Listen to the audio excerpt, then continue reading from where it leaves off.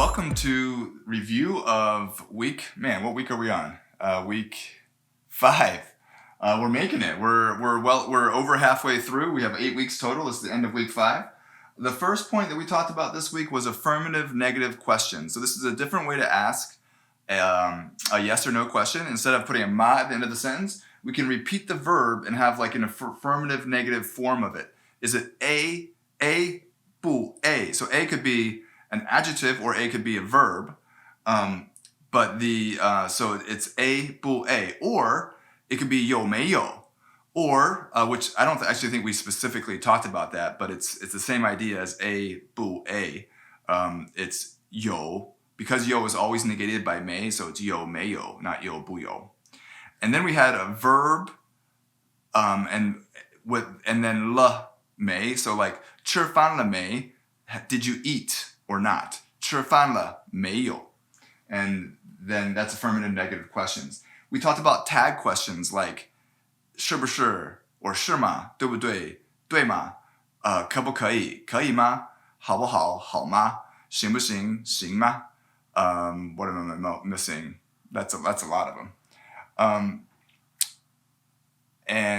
That's tag questions. They get tagged on at the end of a sentence, usually, with the exception of 是不是 can also be put in the middle of sentences to add clarification like, is it that this is so? And for emphasis and clarification. Tag questions. Then we talked about common rhetorical questions, just a set of 4 different structures that they were 不是 ... ma. So 不是 at the beginning of the sentence, ma at the end of the sentence. Is it not true that ... We talked about 能吗? Like 他能不感冒吗? Is it possible that he wouldn't get sick? 怎么会? Meaning how is it that? How is it that it would be like this? And then 谁让你? Who made you? Kind of the most rude of them all, probably. Who made you do that? No one made me. I just screwed up. Sorry. So those are some common rhetorical questions. Then we talked about yodiyan, which means a little, or in many cases, a little to something. It comes before adjectives, and it means a little that adjective. Like 我有点累. I am a little tired. 他有点高. He is a little tall. It's a little too tall for me.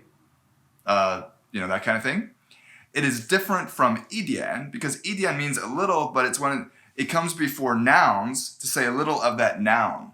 When a little, in English, a little comes before an adjective, it's yodiyan.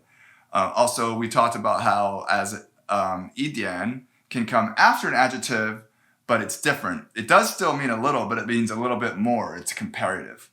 That's an important distinction.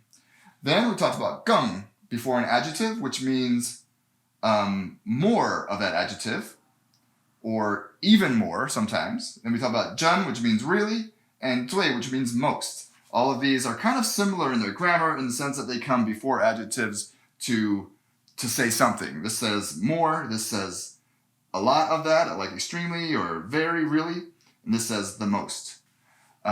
So there we have it. That's the end of week 5. I'm looking at the clock and realizing, man, this is a short video. If I wasn't clear about something, please feel free to comment, and I'll do my best to keep up. And that's week 5. It's a wrap. Keep up the good work. It's not easy learning Chinese, but you're doing it, and you can do it. It will become more natural as you go.